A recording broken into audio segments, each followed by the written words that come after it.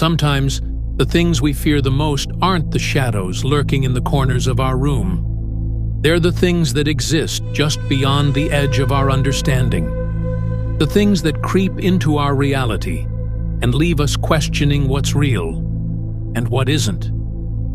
Tonight, I'm going to tell you a story.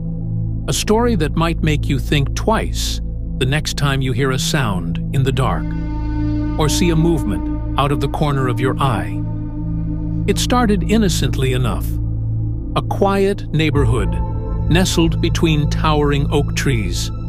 The kind of place where everyone knew each other, where the only noise at night came from the wind rustling through the leaves. And yet, there was something strange about this neighborhood, something that nobody could quite explain.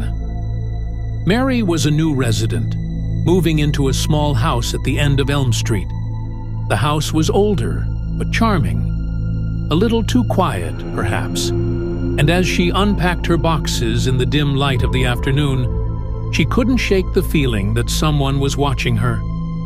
At first, it was nothing more than a passing thought, a fleeting sensation. But every night, as she sat in her living room watching TV, she would catch glimpses of movement through the corner of her eye. A shadow, just outside the window. A figure standing still, watching her. But when she turned her head, nothing. It didn't make sense. The street was empty at night. No one should have been there. Yet, night after night, the figure appeared, always at the same time, just after the clock struck midnight. One night, unable to ignore the feeling any longer, Mary decided to confront whatever or whoever was out there. She pulled back the curtain, her heart pounding in her chest. And for the first time, she saw it. A face. Not a person. Just a face. Pale, expressionless, with hollow eyes staring back at her. It was like staring into a void. And just as her breath caught in her throat, the figure moved. Slowly, deliberately. It stepped back into the shadows of the yard, vanishing from sight. Mary was frozen.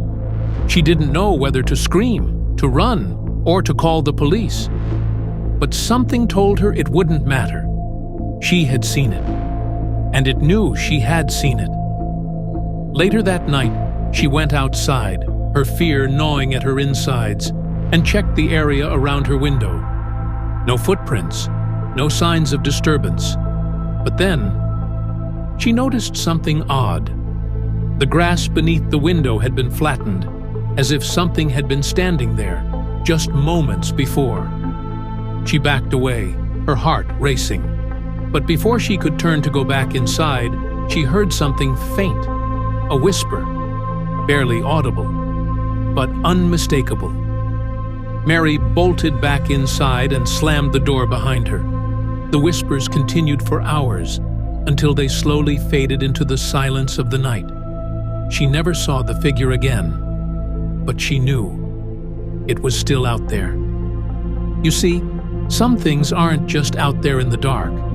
They're watching, waiting, and once they've seen you, they never forget. Some people say that when you move into a new house, you bring your past with you.